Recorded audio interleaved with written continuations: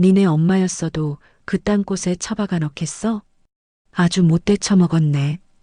강산도 변한다는 그 10년 동안 저는 시어머니의 대소변을 받아내며 제 청춘을 갈아 넣었습니다.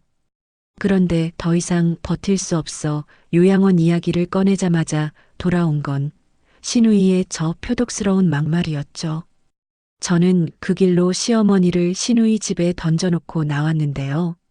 정확히 1시간 뒤 제 핸드폰은 시누이의 부재중 전화 100통으로 불타올랐습니다. 올케, 제발 살려줘. 내가 잘못했어. 착한 며느리 타이틀 벗어던지고 10년 시집살이를 가장 통쾌한 방법으로 되갚아준 사이다 참교육. 과연 그날 밤 시누이의 집은 어떻게 지옥으로 변했을까요? 시작하기 전에 좋아요 버튼 꾹 눌러주세요. 여러분들 하루에 축복이 가득하길 기원합니다. 사실 저는 참 구김살 없이 자란 사람이었어요. 부모님은 유복하셨고 저를 외동딸로 키우시면서 물질적인 풍요보다 마음의 여유를 더 중요하게 가르쳐 주셨거든요. 아버지는 늘 제 머리를 쓰다듬으며 사랑은 베풀 때 더 커지는 법이란다라고 말씀하셨고 저는 그 말을 철석같이 믿으며 사람을 의심할 줄 모르는 바보 같은 어른으로 자랐습니다.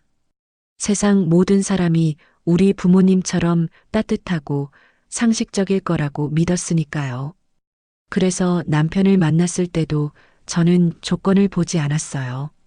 가진 것 하나 없는 가난한 집 장남이었지만 저를 바라보는 그 선한 눈빛과 우리 부모님께 깍듯이 대하는 성실함 하나면 충분하다고 생각했거든요. 부모님도 돈이야 우리가 도우면 된다. 사람 됨됨이가 먼저다라며 흔쾌히 결혼을 허락해 주셨고요. 그렇게 축복 속에 결혼 준비를 시작했는데 비극의 씨앗은 바로 그때부터 싹트고 있었더라고요. 상견례 날 시어머니는 저희 친정 부모님이 웃으며 건네는 덕담을 축복으로 받아들이는 게 아니라 가난한 자신을 무시하고 깔보는 행위라고 멋대로 왜곡해서 받아들이며 입술을 실룩거리셨죠. 사돈댁은 참 좋으시겠어요. 돈 걱정 없이 사시니 자식 결혼시키는 것도 소꿉놀이 같으시죠? 비아냥거리는 말투에 순간 분위기가 싸해졌지만 저는 그저 이 남자와 결혼하는 거지 시어머니와 결혼하는 건 아니잖아. 얼마나 부딪힐 일이 있겠어 하며 안일하게 생각했습니다. 하지만 그게 시작일 줄 누가 알았겠어요. 친정 부모님께서는 고생하지 말고 편하게 살라며 서울의 신축 아파트를 혼수로 장만해 주셨는데 저는 그게 시어머니의 자격지심에 불을 지르는 행위가 될 줄은 꿈에도 몰랐어요.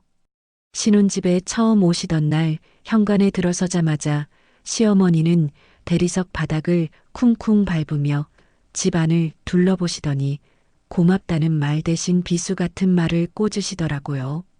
돈 좀 있다고 유세 떠는 거냐? 우리 기죽이려고 작정하고 너희 친정에서 이렇게 큰 집 해준 거 내가 모를 줄 알아? 저는 너무 놀라서 말문이 막혔어요. 좋은 환경에서 시작하게 해주신 부모님의 배려를 시어머니는 자신에 대한 공격으로 받아들이셨던 거예요. 그때부터 시어머니는 저를 돈으로 사람 무시하는 건방진 며느리로 낙인 찍고 제 길을 꺾기 위해 혈안이 되셨어요. 너처럼 귀하게 자란 년이 살림이나 제대로 하겠냐? 손에 물 한 방울 안 묻혀봤지? 주말마다 저를 불러내서 대청소를 시키는 건 예사였고 절에 맡겼던 제사까지 며느리가 왔다는 이유로 다 가져오셨어요. 명절이고 제사고 기름에 쩔어서 땀을 뻘뻘 흘리고 있으면 시어머니는 소파에 누워 텔레비전을 보며 혀를 차곤 하셨죠. 요즘 애들은 끈기가 없어. 나 때는 아이 없고 밭일도 다 했다. 그까짓 거 가지고 엄살은. 내 어머니 엄살 부려서 죄송해요라고 해맑게 웃으며 대답했으니 시어머니 입장에서는 그런 제가 얼마나 속없고 미련해 보였을까요? 아니, 오히려 그 해맑음이 시어머니의 열등감을 더 자극해서 저를 더 괴롭히고 싶게 만들었는지도 모르겠네요. 참 바보 같은 게 저는 그때까지만 해도 제가 부족해서 그런 거라고 열심히 배우면 어머님도 언젠가는 제 진심을 알아주실 거라고 믿었죠. 남편은 중간에서 제 편을 들어주려고 노력은 했지만 내가 너를 어떻게 키웠는데 감히 여자 치마폭에 쌓여서 애미를 무시해? 라며 가슴을 치고 통곡을 하셨어요. 그러면 남편은 금세 꼬리를 내리고 여보, 우리 엄마가 좀 불쌍하잖아. 당신이 이해해줘라며 저에게 희생을 강요하더라고요. 착하지만 무능한 효자, 그게 딱 제 남편이었으니까요. 명절에만 얼굴을 비추는 시누이는 한술 더 떴어요. 음식 준비는 손가락 하나 까딱 안 하면서 식탁에 앉아 얄밉게 숟가락만 얹으며 말하곤 했죠. 올케는 참 손이 빨라. 우리 엄마가 며느리 하나는 잘 들였네. 나는 요리하는 거 딱 질색인데 올케는 이런 게 적성에 맞나 봐? 기름 냄새에 절어 머리가 지끈거리는 저를 앞에 두고 시누이는 갓 부쳐낸 전을 손으로 집어먹으며 콧노래를 불렀습니다. 저는 부글부글 끓어오르는 속을 누르며 맛있게 드세요, 형님이라고 대꾸할 수밖에 없었죠. 갈등을 싫어하는 제 성격 탓에 좋은 게 좋은 거지 하며 넘기려 했던 게 화근이었어요. 그들이 선을 넘을 때마다 단호하게 잘라냈어야 했는데 저는 그저 웃어넘기며 그들의 무례함을 키워주고 있었던 거예요. 긍정적인 게 제 장점이라고 생각했는데 지금 돌이켜보면 그건 긍정이 아니라 미련한 아집이었던 것 같네요. 폭풍전 야처럼 위태롭게 이어지던 평화가 산산조각 난 건 어느 날 밤 시어머니가 화장실에서 뇌졸중으로 쓰러지시면서부터였습니다. 새벽에 다급한 전화벨 소리에 잠이 깼는데 수화기 너머로 시누이의 울먹이는 목소리가 들려왔어요. 올케, 엄마가 화장실에서 쓰러졌어. 빨리 와봐. 남편과 허겁지겁 응급실로 달려갔을 때 의사 선생님은 차트를 보며 고개를 저으시더라고요. 뇌졸중이라고 골든타임을 조금 넘겨서 편마비가 올 가능성이 크고 앞으로 평생 누워 계셔야 할 수도 있다면서요. 그 말을 듣는 순간 병실에 있던 모든 사람의 시선이 저에게 꽂히는 걸 느꼈어요. 남편은 절망적인 표정으로 저를 바라봤고 시누이는 마치 구세주를 만난 듯한 눈빛으로 제 손을 덥석 잡더라고요. 올케는 착하니까. 우리 엄마 부탁해. 나는 애들 키우느라 정신없고 우리 집 좁은 거 알잖아. 올케네 집은 넓고 방도 많으니까. 그 순간 저는 등골이 서늘해지는 것을 느꼈어요. 시어머니의 병환을 걱정하기보다는 앞으로 닥쳐올 간병의 무게를 누구에게 떠넘길지 계산하는 그들의 눈빛이 너무나 적나라 했거든요. 침대에 누워 산소호흡기를 낀 시어머니조차 초점 없는 눈으로 저를 응시하고 계셨는데 그 눈빛이 마치 이제 네가 내 손발이 되어야 한다라고 명령하는 것 같아서 소름이 끼쳤죠. 남편은 제 어깨를 감싸며 여보, 내가 진짜 잘할게. 당신밖에 없어. 우리 엄마 좀 살려줘. 라고 애원했고 저는 그 상황에서 차마 싫다는 말을 하지 못했어요. 사람이 쓰러졌는데 자식된 도리로 외면하는 건 인간이 할 짓이 아니라고 생각했으니까요. 하지만 그때 저는 몰랐어요. 그 도리라는 것이 저를 10년 동안이나 갉아먹고 제 인생을 송두리째 집어삼킬 거대한 족쇄가 될 줄은요. 결국 시어머니는 우리 집 안방 가장 볕이 잘 들고 아늑한 곳을 차지하게 되었어요. 그때부터 제 신혼집은 더 이상 달콤한 보금자리가 아니었습니다. 처음에는 저도 좋은 마음으로 시작하려고 노력했어요. 하지만 현실은 드라마가 아니더라고요. 남편은 병원비를 댄다는 명목으로 매일같이 야근과 특근을 자처하며 밤늦게 들어왔습니다. 물론 돈도 중요하지만 사실은 불편한 어머니가 있는 집에 오고 싶지 않았던 게 아닐까요? 신우이는 전화 한 통 없었고 결국 24시간 내내 시어머니와 단둘이 남겨진 건 오직 저뿐이었죠. 제 몰골이 말이 아니게 변해가는 걸 보신 친정 부모님께서는 보다 못해 조심스럽게 제안을 하셨어요. 얘야, 우리가 비용을 댈 테니까 간병인을 쓰자. 네가 먼저 골병 들겠다. 전문가한테 맡기는 게 서로 편하지 않겠니? 부모님의 걱정 어린 말씀에 저는 눈물이 핑 돌았지만 그 이야기를 전해 들은 시어머니의 반응은 상상 이상이었습니다. 제가 조심스럽게 간병인 이야기를 꺼내자마자 시어머니는 방금 갈아채운 묵직한 기저귀를 제 얼굴을 향해 집어던지며 고래고래 소리를 지르셨거든요. 네가 편하자고 생판 남한테 내 몸을 맡겨? 돈이면 다 되는 줄 아냐? 며느리가 돼서 시험이 수발드는 게 그렇게 억울해? 네 친정 부모가 돈으로 사람 무시하라고 가르치더냐? 바닥에 흩뿌려진 오물보다 더 더러운 말들이 제 가슴에 박혔어요. 시어머니는 자신의 불편한 몸에 대한 분노와 수치심을 만만한 저에게 쏟아부으며 해소하려는 것 같았습니다. 밥상을 차려 들어가면 반찬이 짜다, 싱겁다 트집을 잡으며 밥그릇을 엎는 건 예사였고 국물이 튀어 제 옷이 엉망이 되면 그걸 보며 비릿하게 웃으셨죠. 특히 기저귀를 갈 때가 가장 곤욕이었어요. 70kg에 육박하는 거구를 혼자 뒤집고 닦아내야 하는데 시어머니는 협조는커녕 뻣뻣하게 힘을 주며 저항하셨거든요. 제가 끙끙대며 엉덩이를 들어 올리려 하면 성한 왼쪽 손으로 제 머리채를 휘어잡고 흔들어 대셨어요. 아이고 아파라. 살살 좀 해라 이년아.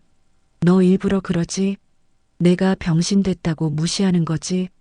머리카락이 한 움큼씩 뽑혀나가고 두피가 화끈거렸지만 저는 비명 한 번 지르지 못하고 입술을 깨물며 묵묵히 뒤처리를 해야 했습니다. 혹시라도 제가 소리를 지르면 퇴근한 남편에게 네 마누라가 나를 때린다며 거짓말을 하실 게 뻔했으니까요. 그렇게 저는 점점 고립되어 갔어요. 친구들의 연락도 피하고 친정 나들이는 꿈도 꾸지 못한 채 시어머니의 5분 대기조이자 배설물 처리반으로 전락해버렸죠. 몸이라도 성하면 버텼을 텐데 신체적인 붕괴는 생각보다 빨리 찾아왔어요.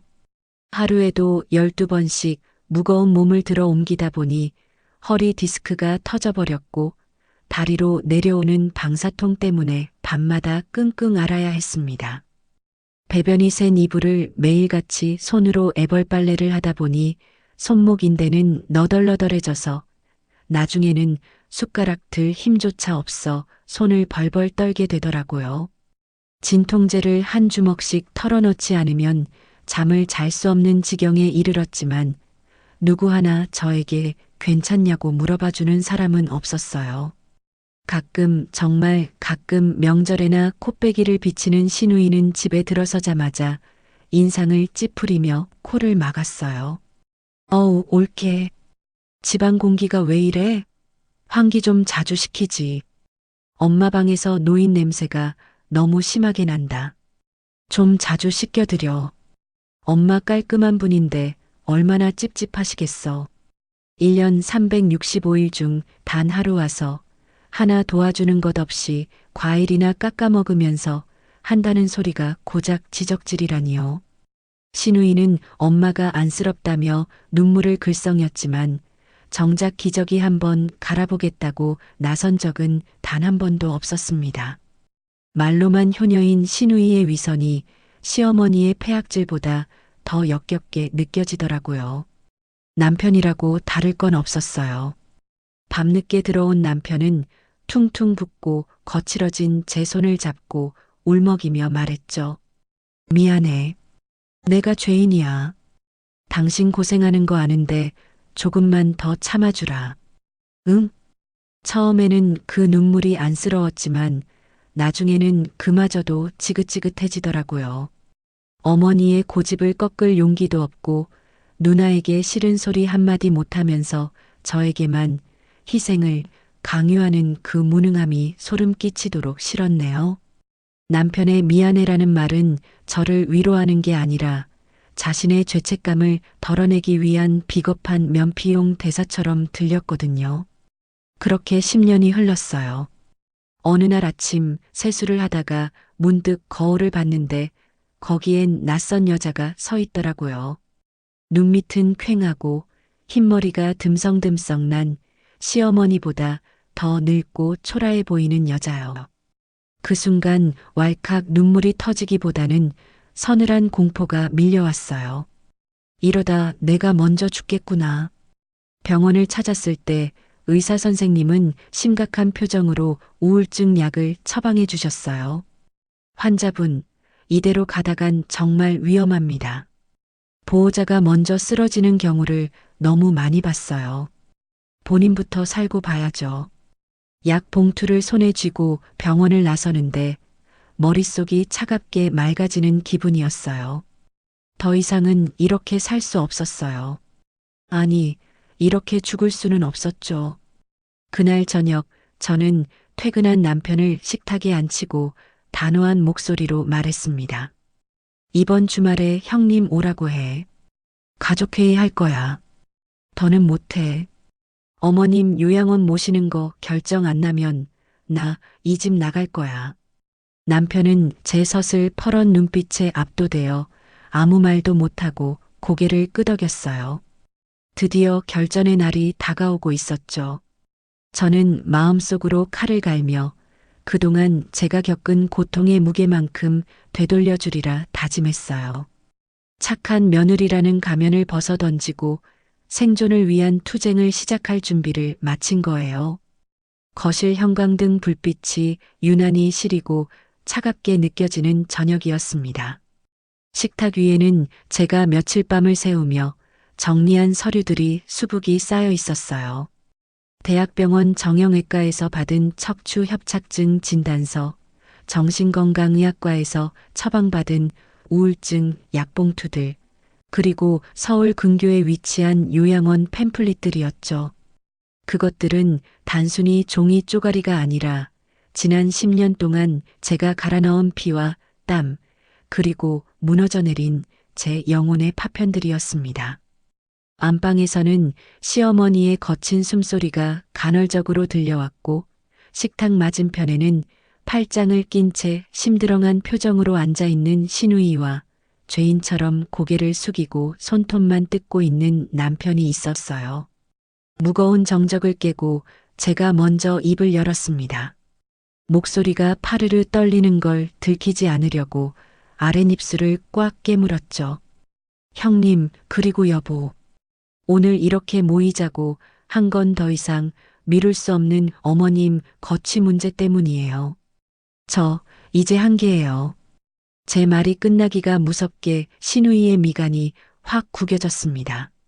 마치 더러운 벌레라도 본 것 같은 표정으로 팸플릿을 턱짓으로 가리키며 쏘아붙이더군요. 거취?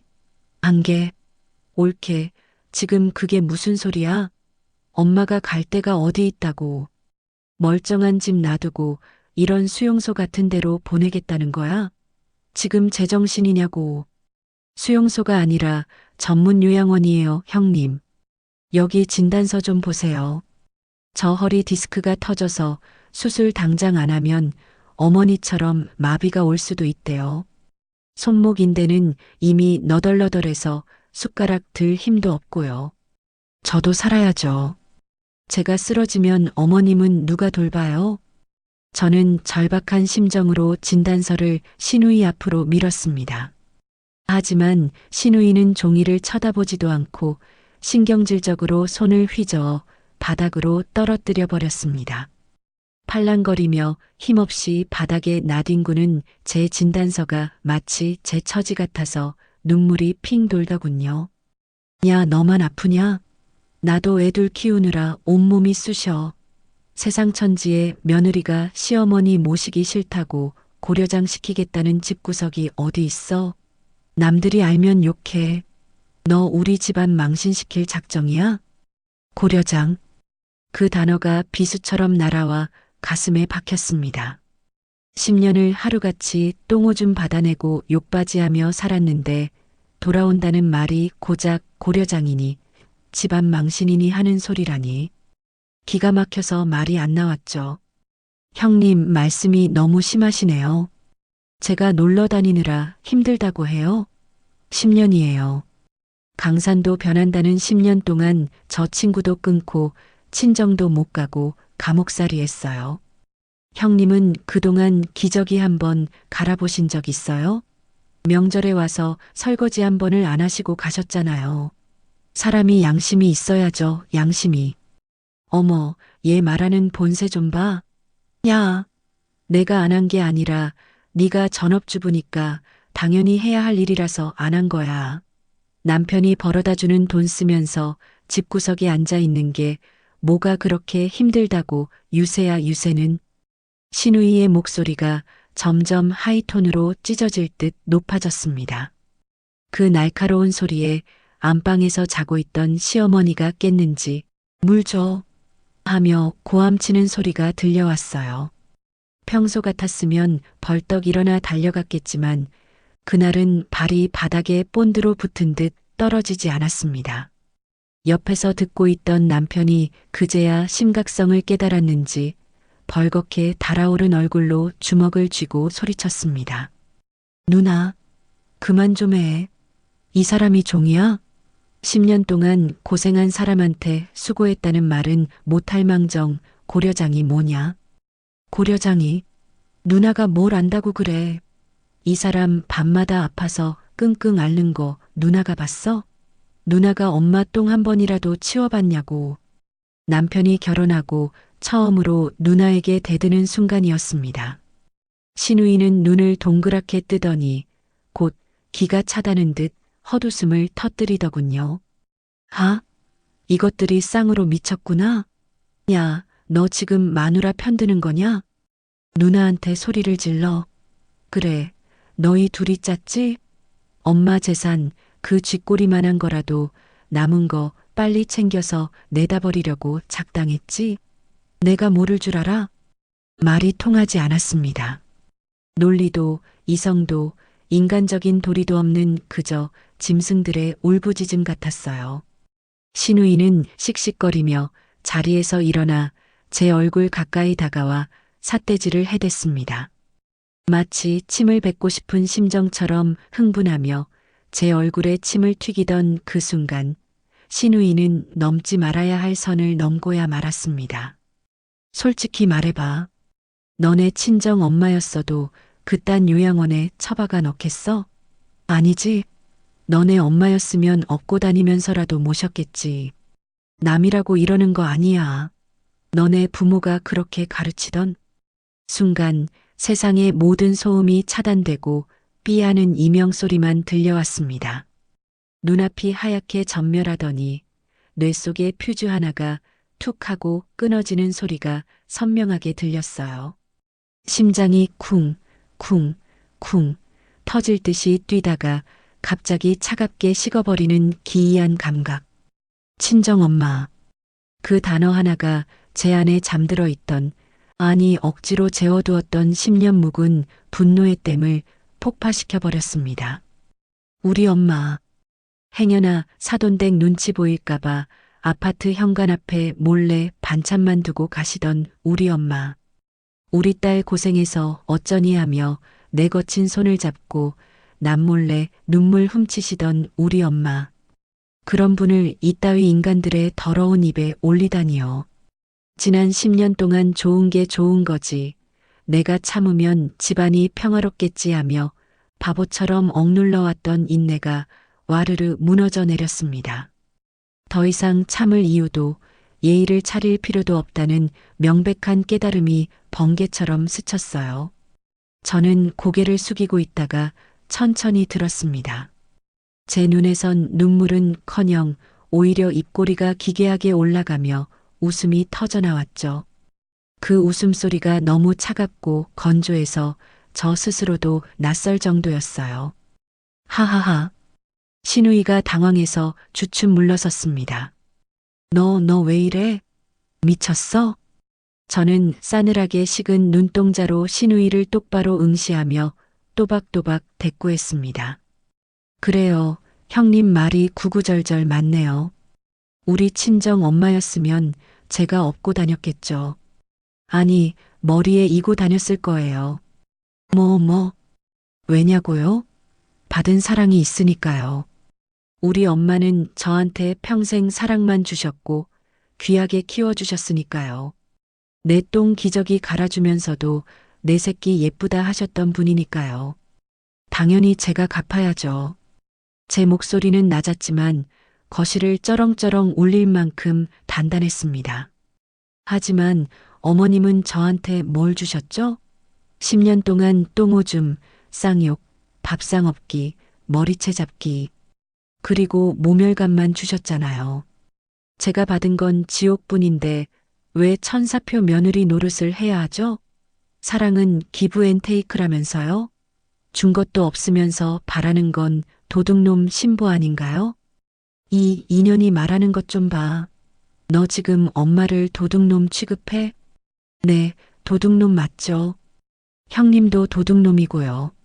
제 젊음, 제 건강, 제 인생 다 훔쳐가셨으니까요.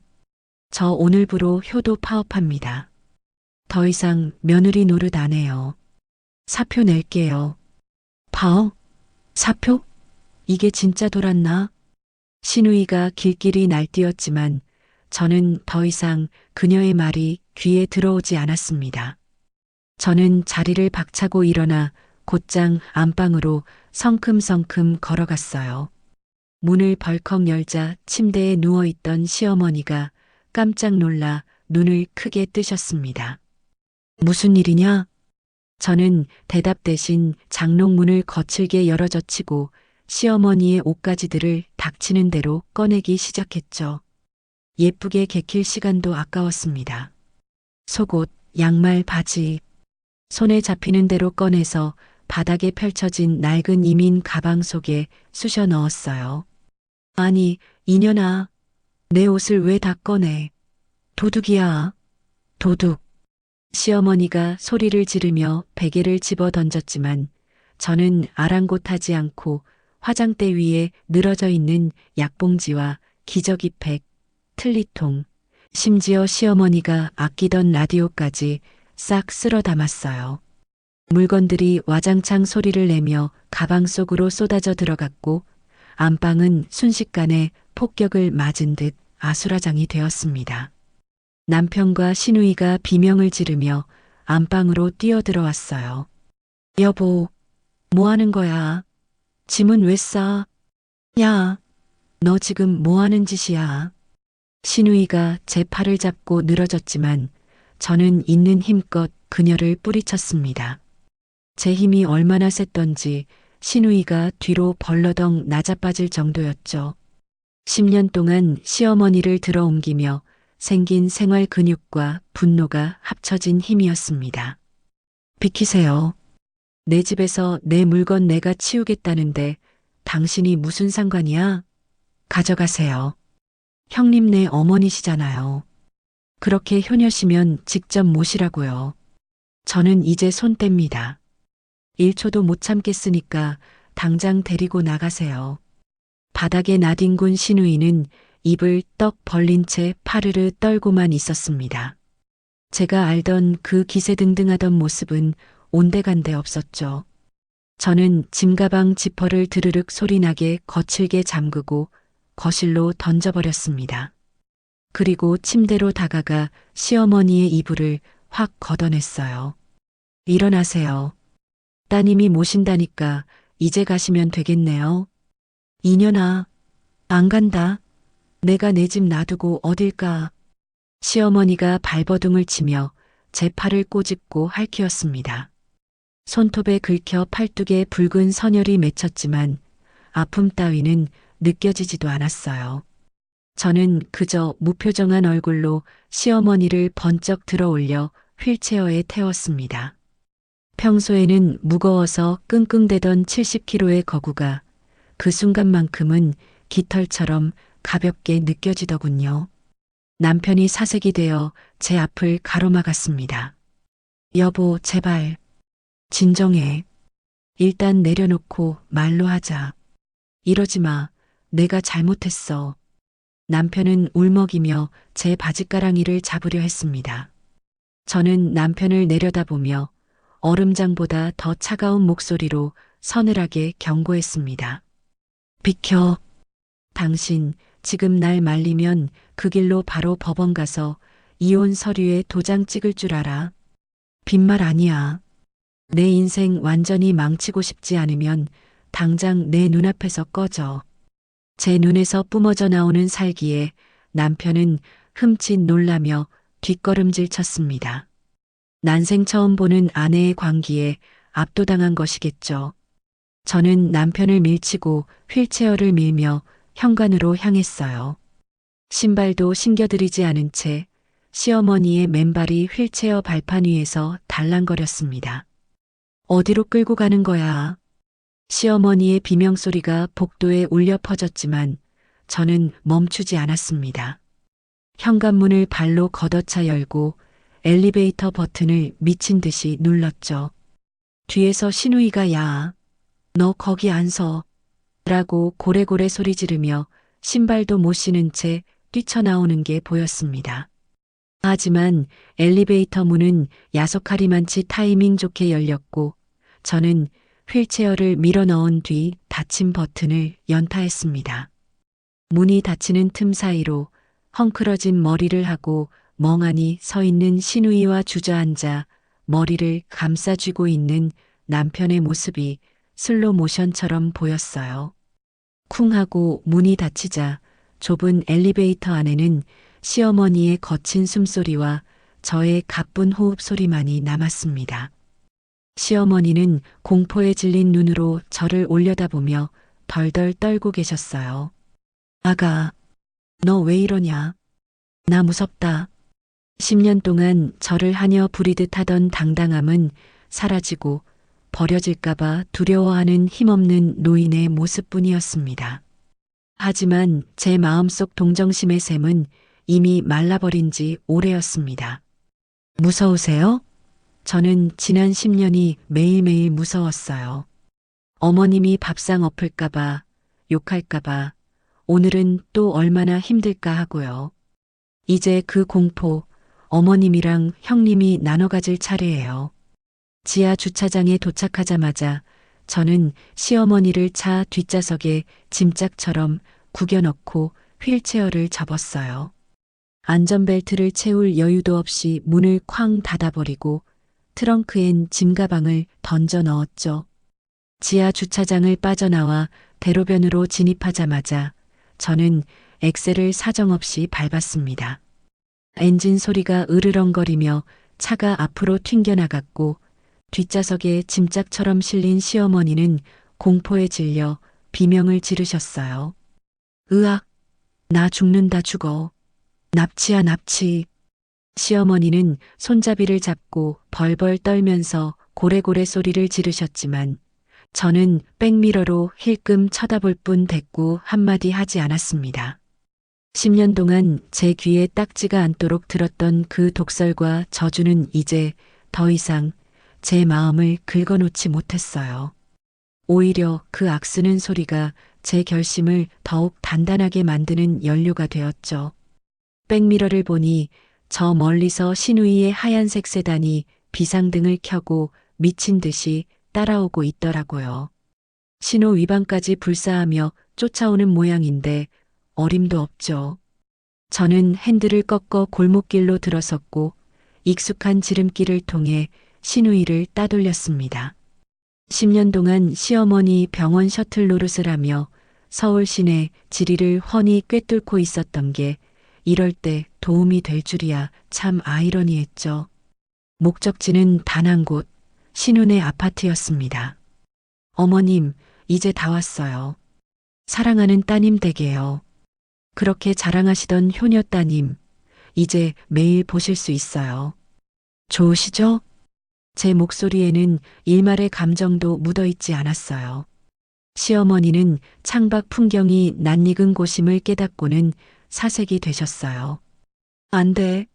우리 딸내는 안 돼. 걔는 바빠. 내가 가면 싫어해. 차 돌려 이년아. 싫어하다뇨? 핏줄인데? 형님 같은 효녀라면 분명 잘 모실 거예요. 저는 시어머니의 애원 같은 절규를 가볍게 무시하고 신우인의 아파트 단지로 진입했습니다. 지상 주차장에 차를 세우자마자 트렁크를 열어 휠체어를 꺼냈어요. 뒷문을 열고 시어머니를 끌어내려 휠체어에 태웠죠. 시어머니는 버둥거리며 저항했지만 10년 간병으로 다져진 제 악력 앞에선 속수무책이었어요. 이거 나 놓으란 말이야. 천벌 받을련. 천벌은 어머님이 받으셔야죠. 며느리 인생 망친 죄, 이제 톡톡히 치르세요. 저는 휠체어를 밀고 엘리베이터에 탔습니다. 신우인의 현관문 앞에 도착해서 초인종을 누르려다 말았어요.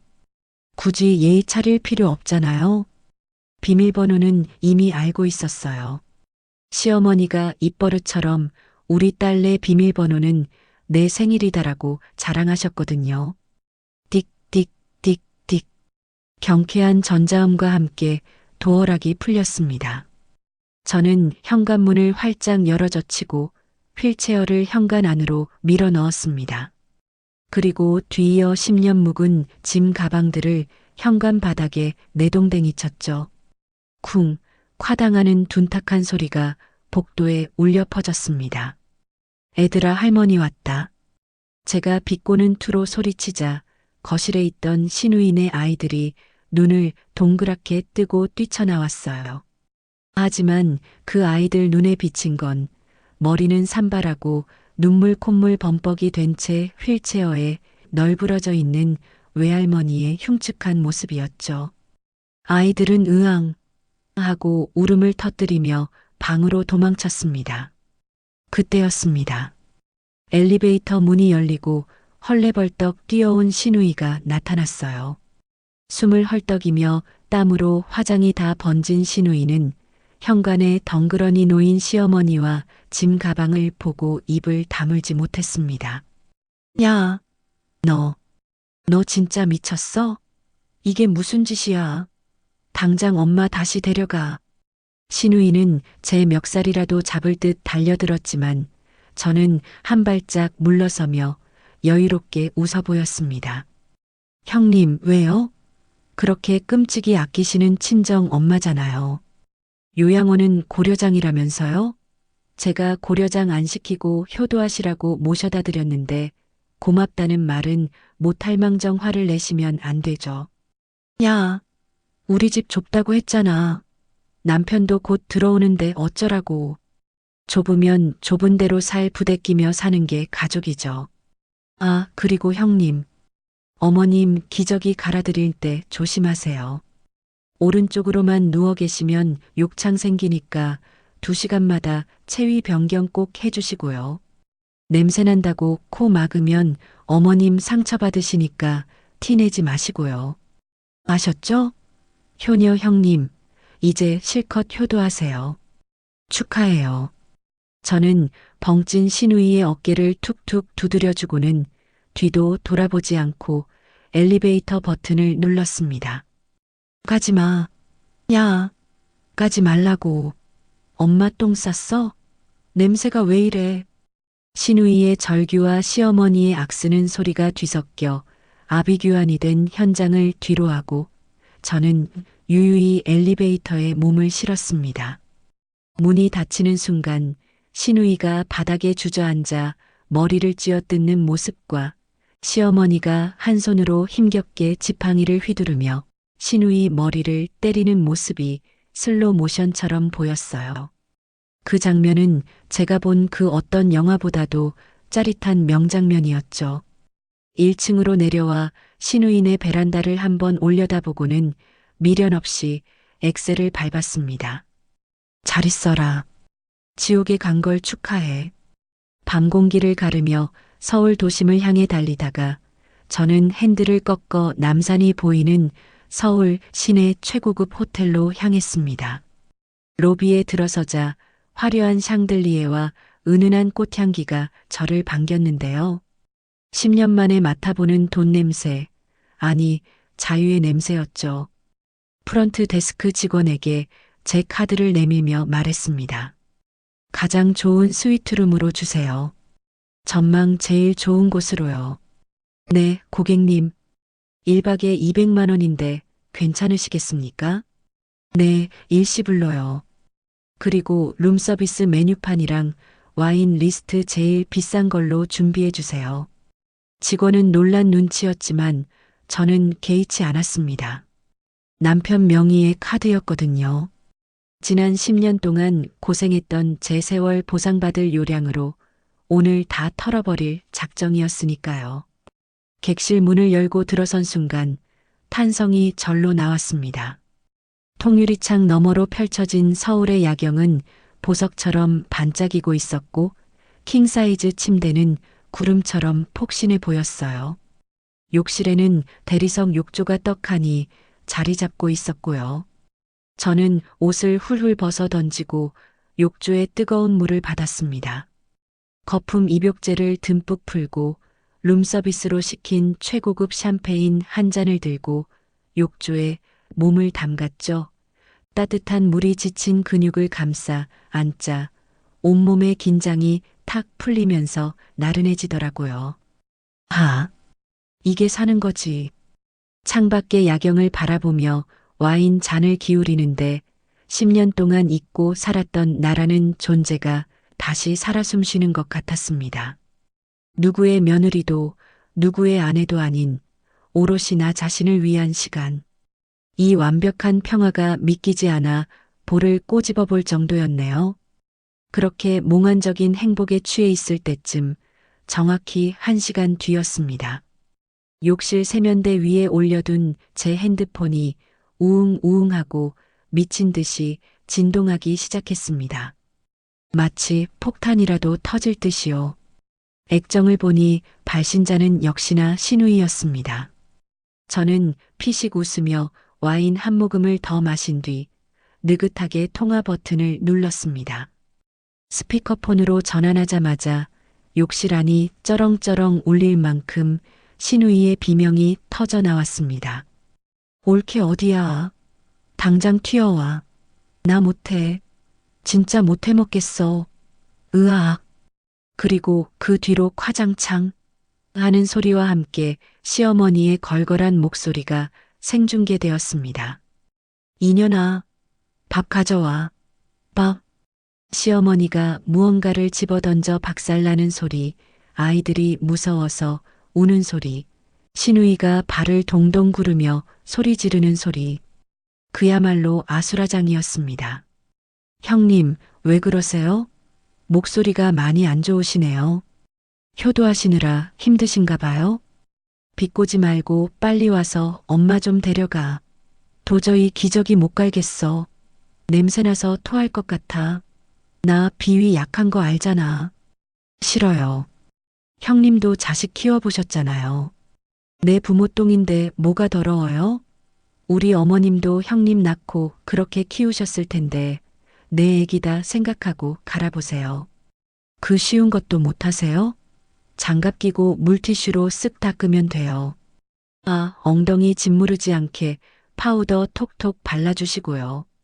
너 진짜 미친년이야. 엄마가 지금 화분 던져서 TV 깨졌어. 우리 남편 오면 난리 난다고. 제발 살려줘. 신우이의 절박한 외침 뒤로 와장창 하는 소리가 또 들렸습니다. 아마 시어머니가 성질을 못 이기고 거실에 있는 물건들을 닥치는 대로 부수고 계신 모양이었습니다. 저는 샴페인 잔을 비우며 나른한 목소리로 말했습니다. TV야 뭐 형님 돈 많으시니까 새로 사면 되죠. 아, 그리고 어머님 식사 시간 지났네요. 당뇨 있으시니까 잡곡밥으로 해서 싱겁게 차려드리세요. 반찬 투정 심하시니까 최소 5첩 반상은 하셔야 할 거예요. 국 식으면 상 엎으시니까 온도 잘 맞추시고요. 옳게. 나 제발 좀 도와줘. 신우이의 목소리는 갈라질 대로 갈라져 쇳소리가 섞여 나오고 있었습니다. 평소 우아한 척, 고상한 척 하던 그 목소리는 온데간데 없고 생존 본능만 남은 짐승의 울부짖음 같았죠. 신우이는 수화기 너머로 웩웩하며 헛구역질하는 소리를 내뱉으며 울부짖었습니다. 10년 동안 제가 매일 겪었던 그 고통을 고작 몇 시간 만에 못 해먹겠다며 나자빠지는 꼴이라니. 웃음이 나오다 못해 허탈하기까지 하더군요. 저는 조금의 동요도 없이 단호하게 말했습니다. 싫어요. 정 못하겠으면 방법은 하나뿐이에요. 지금 당장 입소 가능한 요양원 찾아서 예약금 거세요. 그리고 그 결제 내역 캡처해서 저한테 보내세요. 입금 확인되면 갈게요. 뭐? 이 새벽에 요양원을 어떻게 구해? 미쳤어? 요즘 세상에 돈으로 안 되는 게 어디 있어요? 형님 능력 좋으시잖아요. 돈으로 해결하세요. 10분 줄게요. 그 안에 해결 안 되면 저는 그냥 잡니다. 알아서 하세요. 저는 통화 종료 버튼을 누를 듯 말 듯 뜸을 들였습니다. 그러자 신우이가 다급하게 비명을 질렀습니다. 알았어. 알았다고. 하면 되잖아. 끊지 마. 전화기 너머로 신우이가 손을 벌벌 떨며 검색하는 소리, 카드 번호를 입력하며 욕설을 내뱉는 소리가 들려왔습니다. 이 망할 노인네 때문에 내 돈이, 저 독한 년이 진짜 하는 중얼거림도 놓치지 않았죠. 그리고 정확히 5분 뒤 제 핸드폰으로 띵동하고 사진 한 장이 도착했습니다. 서울 근교 실버타운 요양원, 입소 보증금 5천만 원 이체 완료. 그 거액을 망설임 없이, 아니 살기 위해 쏘아버린 내역을 확인하니 헛웃음이 나왔습니다. 돈 아깝다고 요양원은 고려장이라더니 자기 몸 힘드니까 몇 시간 만에 효심은 온데간데 없고 돈으로 때우는 꼴이라니. 확인했어요. 지금 갈게요. 저는 가운을 벗고 다시 옷을 챙겨 입었습니다. 거울 속에 비친 제 눈빛은 그 어느 때보다 차갑고 매서웠죠. 택시를 타고 신우이네 집에 도착해 현관문을 열자 그곳은 문자 그대로 지옥이 따로 없었습니다. 현관 입구부터 지독한 악취가 코를 찔렀고 거실 바닥은 전쟁터였죠. 신우이는 엄마를 화장실로 옮기려다 힘에 부쳐 실패했는지 두 사람 모두 거실 바닥에 뒹굴고 있었고 바닥엔 묽은 배설물이 흥건하게 퍼져 있었습니다. 신우이는 구석에 처박혀 연신 헛구역질을 하며 머리를 감싸쥐고 있었고 바닥에 주저앉은 시어머니는 수치심과 분노로 이성을 잃은 상태였습니다. 옆에 있던 화분은 박살이나 흙이 쏟아져 있었고 TV 액정은 리모컨에 맞았는지 금이 쩍 갈라져 있었죠. 파편투성이인 거실 한가운데서 시어머니는 자신의 몸에 묻은 오물을 닦아내지도 못한 채 짐승처럼 헐떡이고 계셨습니다. 제가 들어서자 시어머니의 눈이 크게 뜨였습니다. 기세등등하던 시어머니가 바닥을 기어 제 쪽으로 다가와서 오물이 묻은 손으로 제 바짓가랑이를 잡고 비굴하게 빌기 시작하셨어요. 아가야. 내가 잘못했다. 딸년이 나를 짐짝 취급한다. 냄새난다고 가란다. 제발 나 좀 일으켜다오. 내가 너한테 잘못했다. 그녀의 목소리는 떨리고 있었고 눈물과 콧물이 범벅된 얼굴은 처참했습니다. 10년 동안 저를 벌레 보듯 하던 그 위풍당당함은 사라지고 살려달라고 애원하는 늙고 병든 노인만이 남아 있었죠. 저는 한숨을 깊게 내쉬고 욕실에서 고무장갑을 가져와 꼈습니다. 그리고 아무런 감정도 담지 않은 표정으로 익숙하게 움직이기 시작했죠. 10년의 내공이란 가히 무서운 것이더군요. 코를 찌르는 악취도 미끄러운 바닥도 제게는 아무런 장애물이 되지 않았어요. 저는 능숙하게 시어머니의 겨드랑이를 받쳐 일으켜 세웠습니다. 신우이는 그 모습을 보며 입을 틀어막고 우웃거리고 있었지만 저는 눈길 한 번 주지 않았습니다. 시어머니를 욕실로 모시고 들어가 샤워기를 틀고 따뜻한 물로 오물을 씻어내렸어요. 비누칠을 하고 수건으로 물기를 닦고 새 옷으로 갈아입히는 모든 과정이 기계처럼 물 흐르듯 자연스럽게 이어졌습니다. 시어머니는 씻겨드리는 내내 제 눈치를 보며 몸을 움츠리셨습니다. 제가 거칠게 다룰까봐 잔뜩 긴장하신 게 보였죠. 하지만 저는 그러지 않았습니다. 그런 건 하수나 쓰는 방법이니까요. 그녀에게 줄 수 있는 최고의 벌은 네가 그토록 무시하던 며느리 없이는 똥오줌도 못 가리는 비참한 존재라는 사실을 뼈저리게 각인시키는 것이었습니다. 깨끗하게 씻겨 침대에 눕혀드리자 뽀송해진 시어머니가 떨리는 손을 뻗어 제 손을 잡으려 하셨습니다. 아가, 고맙다. 진짜 고맙다. 내가 미안하다. 하지만 저는 그 손을 매몰차게 뿌리쳤습니다. 닿는 것조차 소름 끼쳤으니까요. 시어머니의 손이 허공에서 힘없이 툭 떨어졌습니다. 어머님, 개운하시죠? 이게 제 마지막 서비스예요. 저는 차갑게 식은 눈으로 시어머니를 내려다보며 못을 박았습니다. 아가씨가 돈 다 냈으니 내일 아침 구급차 오면 타고 가세요.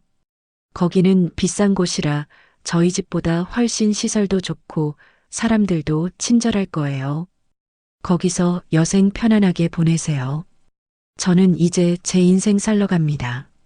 시어머니는 입을 뻥긋거렸지만 아무 말도 하지 못한 채 눈물만 주르륵 흘리셨습니다. 저는 뒤도 돌아보지 않고 안방을 나섰어요. 거실로 나오자 신우이가 퀭한 눈으로 저를 쳐다보며 중얼거렸습니다. 옳게, 진짜 가는 거야? 나 혼자 두고. 네, 형님. 나머지 뒷정리는 형님이 알아서 하세요.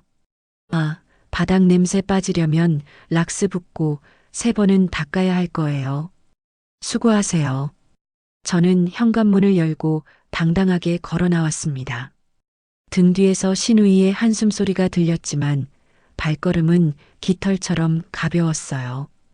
엘리베이터를 타고 내려오는 동안 10년 묵은 체증이 쑥 내려가는 듯한 강렬한 카타르시스가 온몸을 휘감았습니다. 호텔로 돌아오니 로비에 익숙한 뒷모습이 보였습니다. 남편이었습니다. 초췌한 몰골로 서성이다가 저를 발견하고는 와락 달려와 그 자리에 무릎을 꿇었어요. 여보, 내가 죽일 놈이야. 미안해, 정말 미안해. 호텔 로비의 사람들이 수군거리며 쳐다봤지만 남편은 아랑곳하지 않고 제 다리를 붙잡고 오열했습니다. 누나한테 전화 왔어. 당신이 다 해결하고 갔다고. 나 정말 쓰레기였어. 당신이 그렇게 힘들게 사는 줄 알면서도 모른 척했어. 엄마랑 누나가 무서워서 당신을 방패막이로 썼어. 난 짐승만도 못한 놈이야. 남편은 바닥에 머리를 찌우며 통곡했습니다. 그 모습이 어찌나 처절하던지 지나가던 직원들이 말릴 정도였죠. 일어나. 사람들 봐. 방에 가서 얘기해. 저는 남편을 일으켜 방으로 데리고 올라갔습니다. 방에 들어서자마자 남편은 다시 무릎을 꿇고 제 손을 두 손으로 감싸주며 맹세했습니다. 나 이제 누나랑 연 끊을 거야. 엄마도 요양원에 계시니까 내가 알아서 할게. 당신은 신경 꺼. 그리고 당신 몸 다 나을 때까지, 아니 평생 내가 속죄하며 살게. 내가 당신 종이 될게. 제발 이혼만은 하지 말아줘. 남편의 눈물은 진심이었습니다. 10년 만에 처음으로 보는 가식이 없는 진짜 눈물처럼 보였죠. 저는 남편의 손을 가만히 내려다보았습니다. 이 남자를 용서할 수 있을까? 100% 용서할 수는 없을 겁니다. 하지만 적어도 그가 이제는 누구의 편인지 확실히 알게 되었습니다. 그래, 지켜볼게. 하지만 기회는 이번이 마지막이야. 한 번만 더 당신 식구들 핑계로 나 힘들게 하면 그땐 국물도 없어. 응, 응. 정말 고마워, 여보. 진짜 잘할게. 남편은 제 품에 안겨 아이처럼 울었습니다. 저는 창밖의 서울 야경을 바라보며 샴페인 잔을 들어 올렸습니다. 유리창에 비친 제 모습은 더 이상 착한 며느리도 희생하는 아내도 아니었습니다.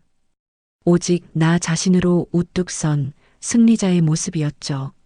진정한 자유가 무엇인지 이제야 비로소 알 것 같았습니다. 10년의 긴 터널을 지나 마주한 밤은 그 어느 때보다 찬란하고 아름다웠습니다. 시어머니를 요양원으로 보내드리고 시누이와의 질긴 악연까지 끊어낸 후에 삶은 말 그대로 천국 같았어요. 남편은 매일같이 여보, 미안해. 내가 평생 갚을게라며 제 눈치를 살폈고 퇴근길에는 제가 좋아하는 딸기 생크림 케이크나 향긋한 꽃다발을 사들고 오곤 했죠. 주말이면 우리는 한강 둔치를 손잡고 산책하며 예쁜 전원주택을 짓고 오순도순 살자는 달콤한 노후 계획을 세우기도 했어요. 잃어버린 10년을 보상받으려는 듯 저는 욕심껏 하루를 채웠습니다. 아침에는 햇살이 쏟아지는 창가에서 향긋한 드립 커피를 내리고 오전에는 필라테스 센터에 가서 굳어버린 몸을 풀었어요. 오후에는 10년 동안 연락이 끊겼던 친구들을 만나 수다를 떨며 맛집 탐방도 다녔죠. 어머, 너 얼굴 좋아졌다. 라는 친구들의 칭찬에 저는 이제야 살맛 난다며 깔깔 웃었어요. 거울 속 제 모습은 다시 생기를 찾았고 40대 중반이라는 나이가 무색하게 활력이 넘쳐 보였어요. 하지만 행복은 언제나 예고 없이 찾아오는 불행과 손을 잡고 온다고 하던가요? 어느 날 아침이었어요. 평소처럼 맑은 햇살에 눈을 떴는데 몸이 이상했습니다. 침대에서 일어나려고 다리에 힘을 주는데 내 다리가 아닌 것처럼 감각이 없더라고요.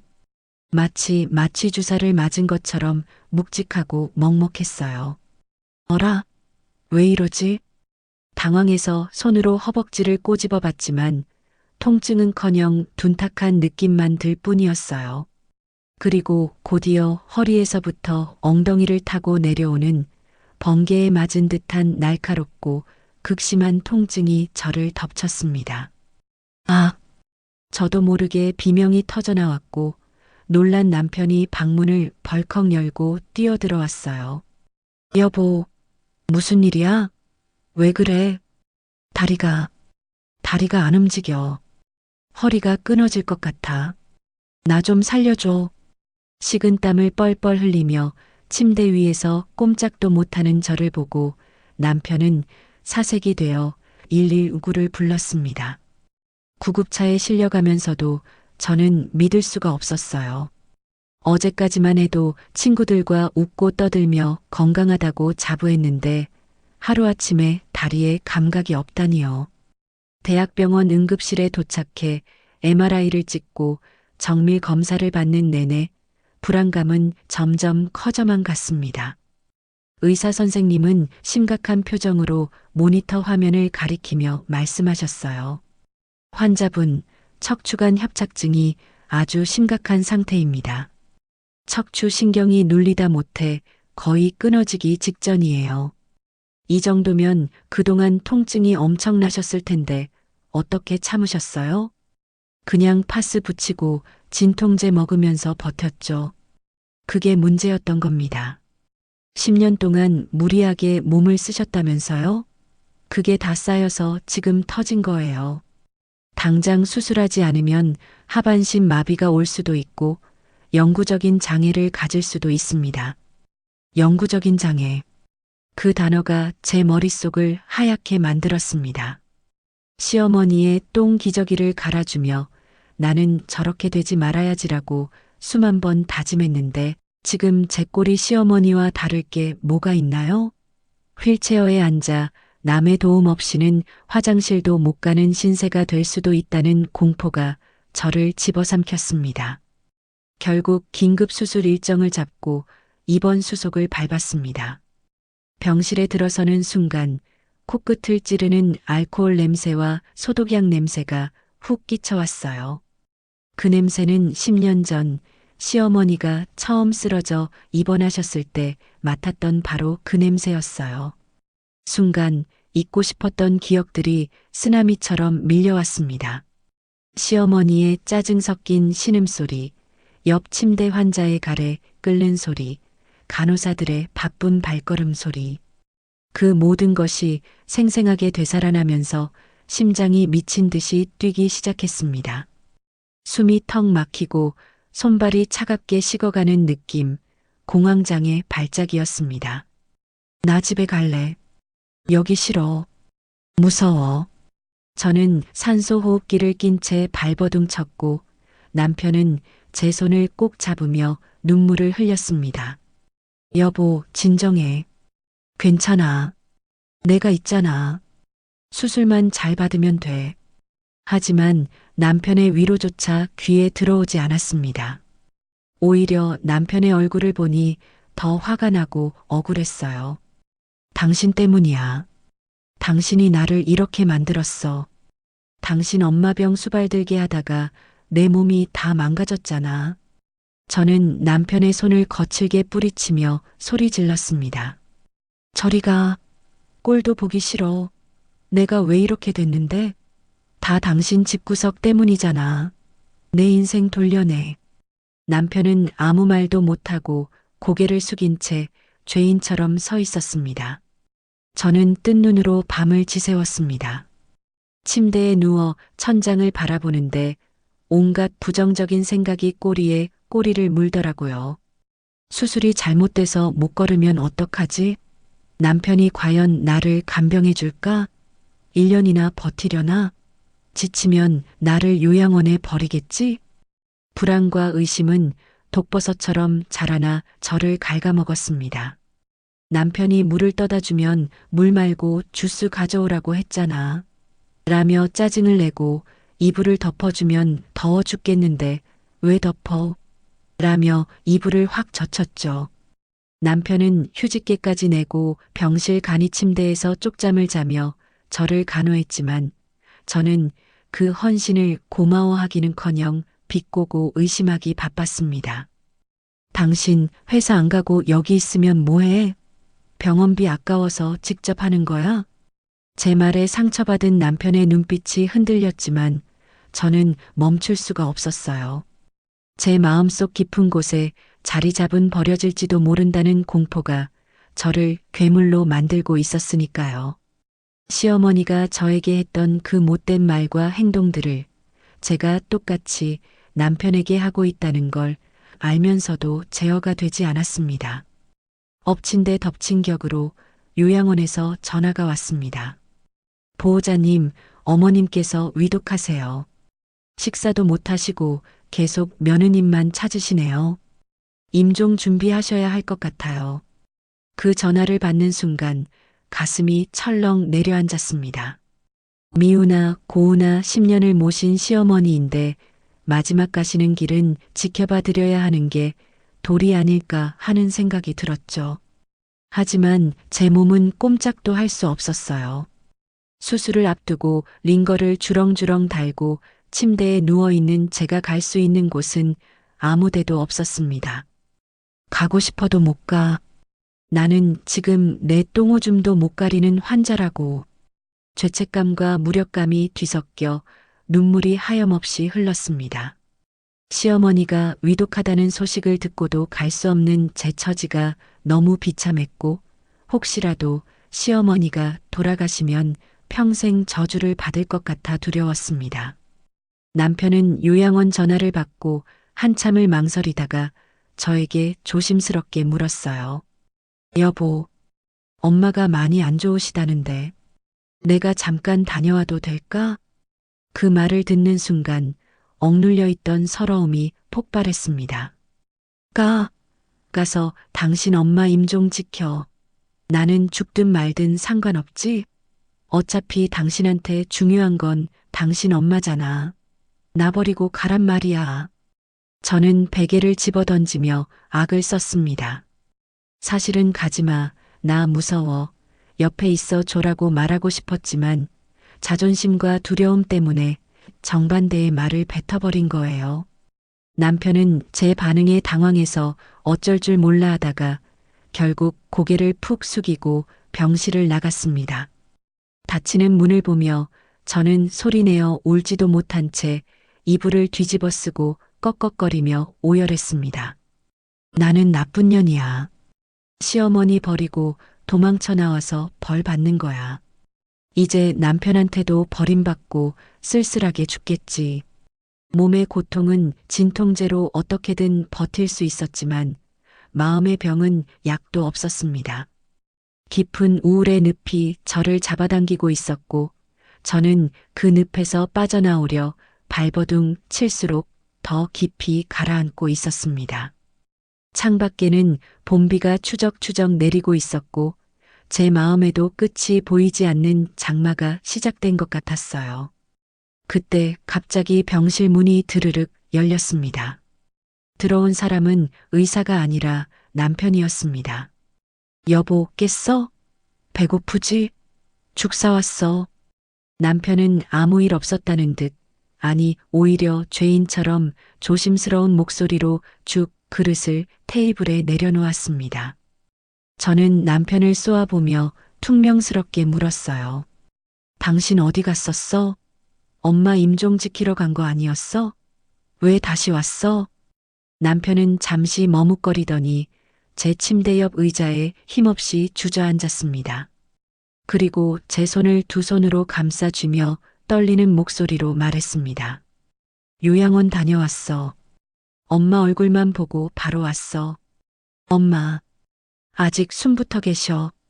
근데 엄마보다 당신이 더 걱정돼서 못 있겠더라. 당신 혼자 무서워할까봐.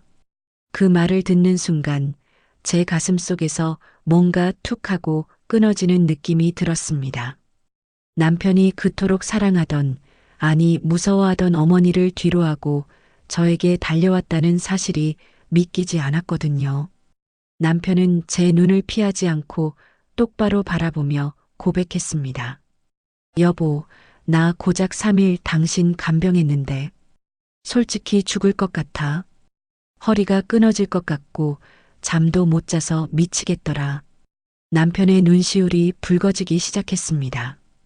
근데 당신은 이걸 10년이나 어떻게 했어?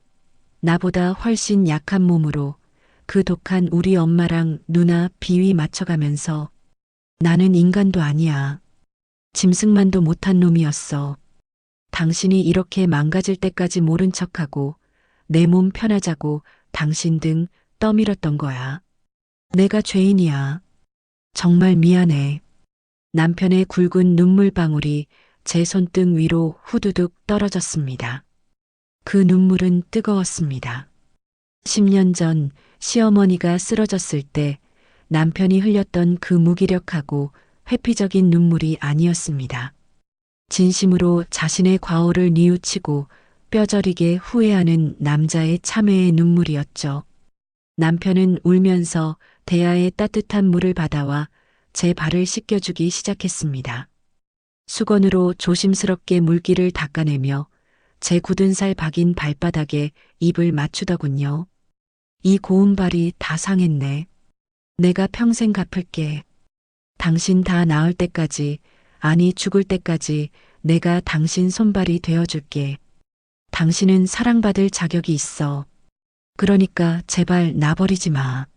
남편의 그 말 한마디가 꽁꽁 얼어붙어 있던 제 마음을 봄눈 녹듯 녹여버렸습니다. 사랑받을 자격이 있다.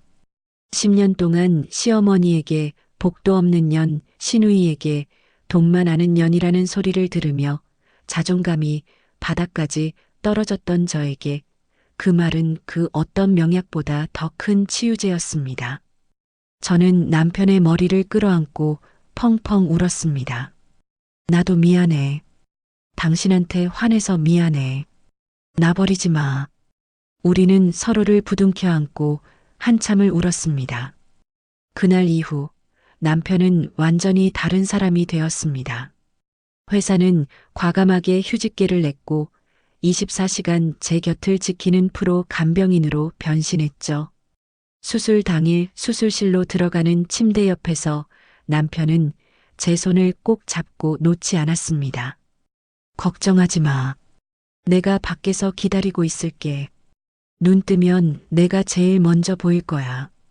마취에서 깨어나 눈을 떴을 때 정말로 남편의 걱정스러운 얼굴이 가장 먼저 보였습니다. 수술은 성공적이었습니다.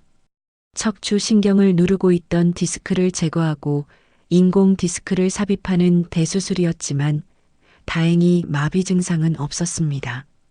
회복실로 옮겨진 후 친정 부모님도 매일같이 병실을 찾아주셨습니다. 엄마는 제 손을 잡고 내 새끼 고생했다. 이제 아프지 말라며 눈시울을 붉히셨고 아버지는 묵묵히 제 어깨를 토닥여 주셨습니다. 사돈댁일은 신경 쓰지 마라. 네가 할 만큼 했다. 이제 네 몸만 챙겨. 부모님의 따뜻한 위로와 남편의 지극정성 어린 간호 덕분에 저는 빠르게 회복할 수 있었습니다. 나는 짐이 아니라 소중한 존재라는 사실을 뼛속 깊이 깨닫게 된 거죠. 재활치료실에서의 시간은 고통스러웠지만 희망적이었습니다. 처음에는 보조기를 차고 한 걸음 떼는 것조차 힘들었지만 남편이 옆에서 부축해주고 응원해준 덕분에 조금씩 걷는 거리를 늘려갔습니다. 여보, 할 수 있어. 한 발짝만 더. 옳지, 잘한다. 남편은 마치 걸음마를 배우는 아이를 응원하는 아빠처럼 기뻐하며 박수를 쳤습니다.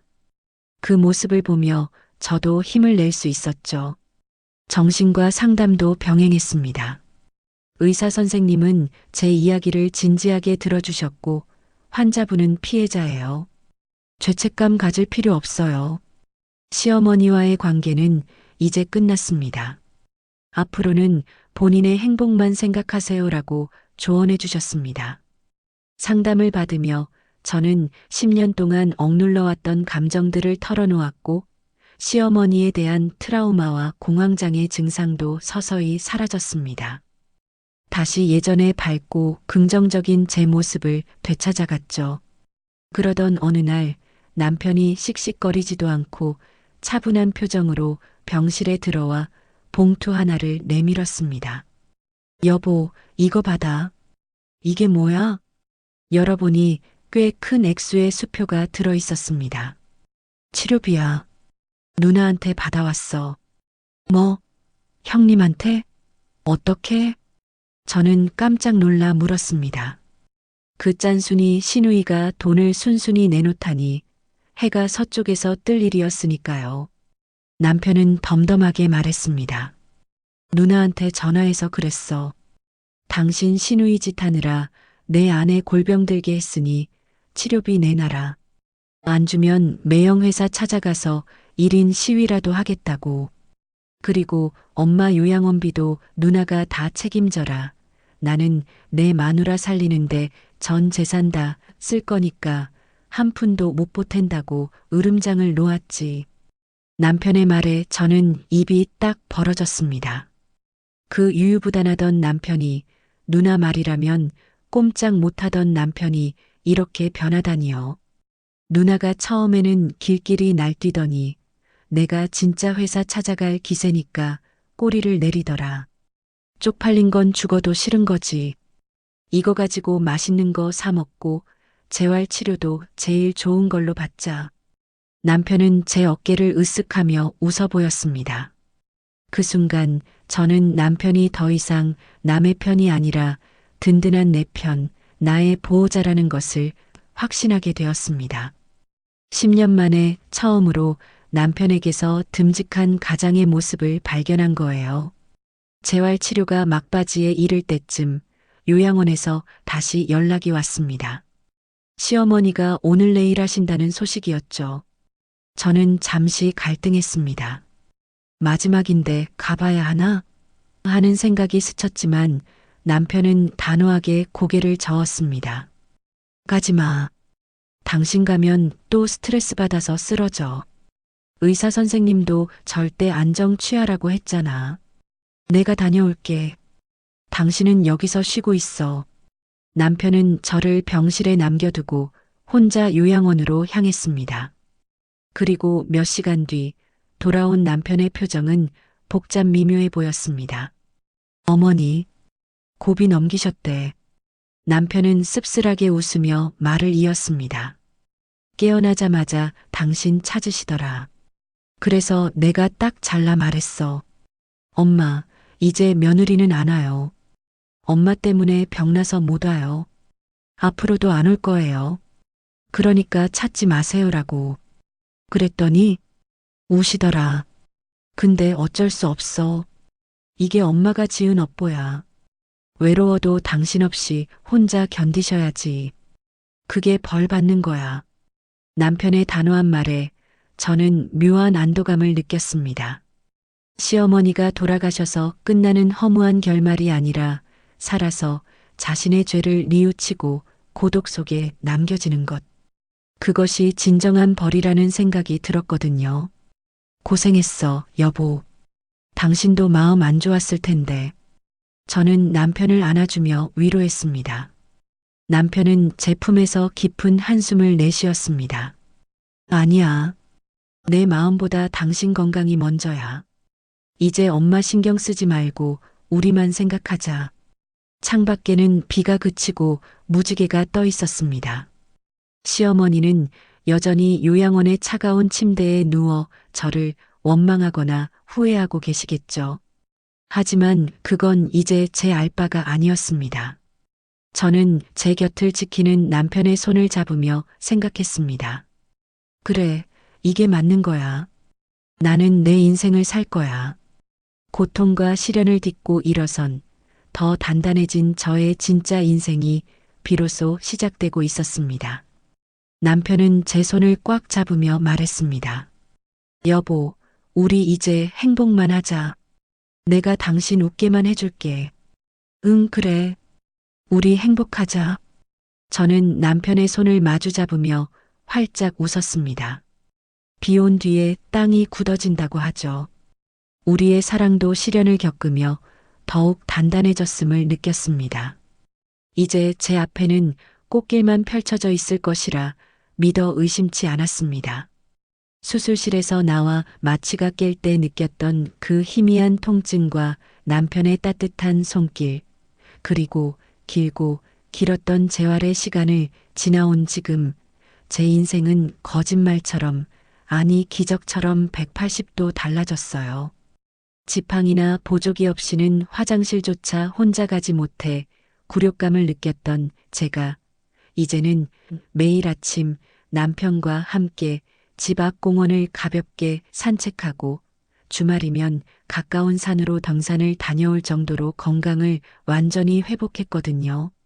잃어버린 10년의 세월, 그 잿빛 같던 시간을 보상받으려는 듯 우리는 틈만 나면 맛집을 찾아다니고 좋은 풍경을 눈에 담으며 제2의 신혼, 아니 그보다 더 애틋한 황혼의 로맨스를 즐기게 되었죠. 사실 처음에는 남편이 이렇게까지 변할 거라고는 기대하지 않았어요. 사람 고쳐 쓰는 거 아니다라는 옛말도 있잖아요. 작심삼일이겠거니 며칠 하다가 지치면 또 슬그머니 예전의 그 우유부단한 마마보이로 돌아가겠거니 했죠. 그런데 남편은 정말 사람이 완전히 바뀌었어요. 영혼이 바뀐 게 아닌가 싶을 정도로요. 예전에는 퇴근하고 오면 피곤해를 입에 달고 살며 소파와 한 몸이 되어 리모컨만 돌리던 사람이 이제는 제가 부엌에 들어갈 틈도 주지 않으려고 안달이 났어요. 여보, 물에 손대지 말라니까. 설거지는 내 담당이야. 당신은 가서 앉아 있어. 내가 과일 예쁘게 깎아줄게. 오늘 딸기 싱싱한 거 사왔어.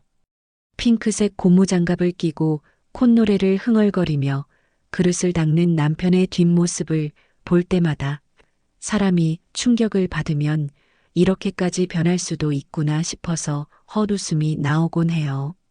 제가 아플 때 흘렸던 그 참회의 눈물이 10년 방관에 대한 죄책감이 가짜가 아니었다는 걸 행동으로 몸으로 매일매일 증명해 보이고 있는 거죠. 남편의 그런 지극정성 덕분에 바닥을 뚫고 지하까지 내려갔던 제 자존감도 수직 상승했고 푸석푸석했던 거울 속 제 얼굴에는 다시 20대 시절의 생기가 돌기 시작했어요. 반면 우리 대단하신 입만 산 효녀 신우이의 삶은 그야말로 생지옥으로 변해버렸어요. 그날의 1시간 트라우마는 신우이의 인생을 송두리째 흔들어 놓은 것 같았습니다. 신우이는 엄마의 적나라한 배설물과 입에 담지 못할 쌍욕을 정면으로 마주한 충격 때문에 엄마를 단순히 싫어하는 것을 넘어 공포의 대상으로 마주하고 싶지 않은 괴물로 여기기 시작했거든요. 요양원에서 시어머니가 전화를 걸어오면 신우이는 마치 빚쟁이 전화라도 받은 것처럼 쏘스라치게 놀라며 전화를 거절한다고 해요. 복지사님이 다른 번호로 걸어서 바꿔주려고 하면 지금 중요한 회의 중이에요. 출장 와서 통화 못해요. 라며 말도 안 되는 거짓말을 늘어놓고 도망치기 바쁘다는데요. 남편이 전해준 바에 따르면 신우이는 밤마다 엄마가 똥 묻은 손을 휘저으며 자기를 쫓아오는 악몽을 꿔서 불면증에 시달리고 결국 신경정신과에서 약까지 처방받아 먹는다고 하더라고요. 돈은 돈대로 쓰고 마음의 병은 병대로 얻은 셈이죠. 매달 수백만 원에 달하는 최고급 요양원 비용이 청구서로 날아올 때마다 신우이는 남편에게 전화를 걸어 발악을 하는데요. 야, 너 진짜 양심도 없냐? 엄마 병원비 나 혼자 다 내는 게 말이 돼? 너도 아들이잖아. 엄마가 너를 어떻게 키웠는데 반이라도 내놔. 나 지금 카드값 때문에 미치겠어. 하지만 남편은 예전처럼 누나 말에 쩔쩔매는 동생이 아니었어요. 눈 하나 깜짝 안 하고 아주 차갑고 냉소적으로 응수했죠. 누나, 양심 타령은 누나가 할 게 아니지. 10년 동안 내 마누라 옳게 등골 빼먹으면서 편하게 살았으면 됐지. 이제 돈 좀 쓴다고 유세야? 그 한마디면 신우이는 이 독한 놈, 너 천벌 받을 거야. 하면서 분해서 전화를 끊어버렸습니다. 꼼짝없이 독박을 쓰게 된 거죠. 돈 아깝다고 벌벌 떨던 사람이 매달 그 큰 돈을 내면서 정작 엄마 얼굴은 보기도 싫어 도망 다니는 꼴이라니. 이게 바로 인과응보, 사필귀정 아닐까요? 그녀는 통장에서 돈이 빠져나갈 때마다 자신의 이기심이 얼마나 비싼 대가를 치르는지 뼈저리게 아주 고통스럽게 느끼고 있을 거예요. 평생 그 굴레에서 벗어나지 못하겠죠. 그럼 우리 시어머니의 상황은 어떨까요? 더 비참하고 처절했어요. 최고급 요양원에 입소했지만 그곳은 시어머니에게 화려한 감옥일 뿐이었으니까요.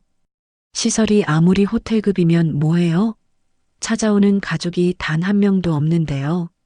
요양원 복지사님이 남편에게 전화를 걸어 하소연할 정도였어요. 목소리에서 난처함이 뚝뚝 묻어났죠. 보호자님, 어르신 상태가 너무 안 좋으세요. 식사도 거부하시고 하루 종일 창밖만 보고 계세요. 계속 며느님만 찾으며 우시는데 한 번만 와주시면 안 될까요? 어르신 우울증이 너무 심각하세요. 다른 어르신들은 자식들이 주말마다 오는데 본인만 버려졌다고 생각하셔서 더 힘들어 하세요. 남편의 말에 따르면 시어머니는 밤마다 가슴을 치며 통곡한다고 해요. 옆방 사람들이 잠을 못 잘 정도로요. 내가 미쳤지. 그 착한 애를 내가 내쫓았어. 굴러들어온 복을 내 발로 걷어찼어. 내가 귀신에 씌었지. 아범아, 제발 애미 좀 살려다오. 며느리 한 번만 데려와 주라. 내가 무릎 꿇고 빌게. 내가 죽을 죄를 지었다. 내 손발이 되어주던 건 그 아이뿐이었어. 하지만 남편은 그럴 때마다 조금의 흔들림도 없이 냉정하게 전화를 끊어버렸다고 했어요. 엄마, 꿈 깨세요. 그 사람, 엄마 때문에 척추 다 망가져서 죽다 살아났어요. 다시는 엄마 볼 일 없을 겁니다. 거기서 평생 반성하며 사세요. 그게 엄마가 지은 죗값이에요. 그리고 엄마가 며느리한테 했던 짓 생각하면 거기는 천국이에요. 감사한 줄 알고 사세요. 저는 엄마 용서 못합니다. 저는 그 소식을 전해 듣고도 눈물 한 방울, 동정심 한 조각 잃지 않았어요. 오히려 10년 묵은 채증이 쑥 내려가는 아주 시원한 기분이었죠. 주변 사람들은 그래도 늙은 노인인데 마지막 가는 길 외롭지 않게 한 번은 가봐야 하지 않냐. 죽기 전에 얼굴 한번 보여주는 게 도리 아니냐라고 훈수를 두기도 했지만 저는 단호하게 거절했어요. 아니요, 저는 안 가요. 저는 위선 떨기 싫어요. 제 상처는 아물었지만 흉터는 남았으니까요. 그것이 내가 선택한 나를 위한 최선의 결말이었어요. 시어머니는 그렇게 철저한 고독 속에서 자신이 며느리에게 저질렀던 악행들을 곱씹으며 후회 속에 남은 생을 보내야만 해요. 매일 밤 차가운 요양원 침대에서 며느리의 빈자리를 사무치게 느끼는 것. 가족과 함께하는 따뜻한 밥 한 끼, 말동무 하나 없이 벽만 보고 지내는 것. 그것보다 더 확실하고 잔인한 복수가 어디 있겠어요? 드디어 명절이 돌아왔지만 우리 부부의 풍경은 180도 달라졌어요. 예전 같았으면 일주일 전부터 장을 보고 전 부칠 생각에 머리가 지끈거리고 손목이 시큰거렸을 텐데 이번 명절은 달랐거든요. 저는 친정 부모님을 모시고 남편과 함께 해외여행을 떠났습니다. 공항에서 남편은 친정아버지의 무거운 캐리어를 도맡아 들고 어머니의 손을 꼭 잡으며 살갑게 굴었어요. 땀까지 뻘뻘 흘리면서도 얼굴에는 미소가 가득했죠. 장모님, 장인어른, 이번 여행은 제가 가이드이자 짐꾼입니다. 맛있는 거 많이 사드릴 테니까 마음껏 즐기세요. 여권 저한테 다 주시고요. 제가 비즈니스석으로 다 업그레이드 해놨습니다. 편하게 누워서 가세요. 아이고, 우리 사위 돈 많이 썼네. 고마워서 어쩌나. 우리만 호강해도 되는가 몰라. 에이, 장모님 무슨 말씀을요. 그동안 제가 못한 거에 비하면 이 정도는 약과죠. 앞으로 더 잘할게요. 지켜봐 주세요. 여행지에서도 남편의 활약은 눈부셨어요. 관광지마다 사진을 찍어드리고 맛집에서는 생선뼈를 다 발라드리고 제가 그동안 못난 사위였습니다. 앞으로 평생 처가에 충성하겠습니다라며 너스레를 떨었죠. 부모님은 그런 사위를 보며 눈시울을 붉히며 흐뭇해하셨어요. 이제라도 이렇게 잘해주니 고맙네. 우리 딸 아껴줘서 정말 고맙네. 남편은 이제 처가에 가면 장모님 갈비찜 해주세요. 장인어른 바둑 한 판 두시죠. 하며 저보다 더 애교 많은 아들 노릇을 톡톡히 합니다. 가끔은 너무 오버해서 징그러울 정도지만 그래도 10년 동안 엄마 눈치 보느라 기죽어 있던 모습보다는 100배 1000배 나았죠. 남편은 이제야 깨달은 것 같았어요. 자신이 어디에 속해야 하는지, 누구를 지켜야 하는지를요. 처가 식구들의 따뜻한 사랑을 받으면서 남편도 비로소 가족이라는 울타리의 따스함을 알게 된 거죠. 저는 이번 일을 겪으며 착한 며느리, 참는 아내라는 프레임에 갇히지 않기로 굳게 다짐했어요. 내가 행복해야 내 주변도 행복하다는 단순한 진리를 뼈저리게 깨달았기 때문이에요. 내가 나를 희생한다고 해서 평화가 오는 것이 아니었어요. 그것은 가짜 평화였죠. 오히려 내가 당당하게 내 권리를 찾고 목소리를 낼 때 비로소 질서가 잡히고 모두가 제자리를 찾게 되더라고요. 여행에서 돌아온 나른한 오후, 저는 테라스에 앉아 남편이 내려준 향긋한 커피를 마셨어요. 따뜻한 햇살이 내리쬐고 바람은 살랑살랑 불어오고 남편은 옆에서 콧노래를 부르며 화분에 물을 주고 있었죠. 더 이상 눈치 볼 시어머니도 얄미운 시누이도 똥기저귀 냄새도 없는 완벽한 평화였어요. 남편이 물조리개를 내려놓고 저를 보며 해맑게 웃으며 말했어요. 여보, 다음 달에는 우리 둘이서 제주도 갈까? 유채꽃 예쁠 텐데. 당신 노란색 좋아하잖아. 좋아. 가서 맛집도 가고 올레길도 걷자. 나 이제 잘 걷잖아. 한라산도 갈 수 있을 것 같은데? 그럼 우리 마누라 체력 국가대표급이지. 힘들면 말해. 내가 업고라도 다닐 수 있어. 아, 그리고 나 이번에 보너스 받은 거 있는데 당신 사고 싶다던 가방 사러 갈까? 백화점 가자. 어머, 정말? 당신 무리하는 거 아니야? 무리라니. 당신 10년 고생한 거 생각하면 백화점 하나를 통째로 사줘도 모자라지. 가자, 옷 입어. 제일 예쁜 걸로 골라. 우리는 마주보고 한참을 깔깔거렸어요. 남편의 호탕한 웃음소리와 저의 경쾌한 웃음소리가 테라스를 넘어 파란 하늘로 흩어졌죠. 저는 커피잔을 내려놓으며 씁쓸했던 과거를 털어내듯 하늘을 향해 기지개를 켜며 활짝 웃었어요. 그리고 마음속으로 조용히 하지만 단단하게 의졸였죠. 아, 이제야 진짜 내 인생이네. 그 한마디와 함께 지독했던 10년의 시집살이 복수극은 완벽한 해피엔딩으로 막을 내렸습니다. 이제 제 앞에는 꽃길만 펼쳐져 있을 것이라 믿어 의심치 않아요. 더 이상 참고 살지 않을 거예요. 싫으면 싫다고 말하고 힘들면 도와달라고 소리칠 거예요. 그게 진짜 저를 사랑하는 방법이라는 걸, 그리고 그게 우리 가정을 지키는 길이라는 걸 알게 되었으니까요. 이 이야기를 듣고 계신 여러분도 부디 착한 사람 콤플렉스에 갇혀 자신을 잃지 마세요. 희생이 능사가 아니에요. 여러분 자신이 가장 소중하다는 걸 잊지 않으셨으면 좋겠어요. 당신이 행복해야 세상도 아름답게 보인답니다. 저처럼 늦지 않게 지금 바로 행복을 찾으세요. 네, 오늘 들려드린 사연 어떠셨나요? 10년이라는 긴 세월 동안 착한 며느리라는 이름으로 자신을 지워가며 희생했지만 결국 그 끝에서 당당하게 자신을 되찾고 진정한 행복을 손에 쥔 주인공의 이야기가 참 많은 생각을 하게 만듭니다. 우리는 종종 가족이라는 이름 때문에 혹은 돌이라는 무거운 짐 때문에 나 자신의 고통을 외면하곤 하죠.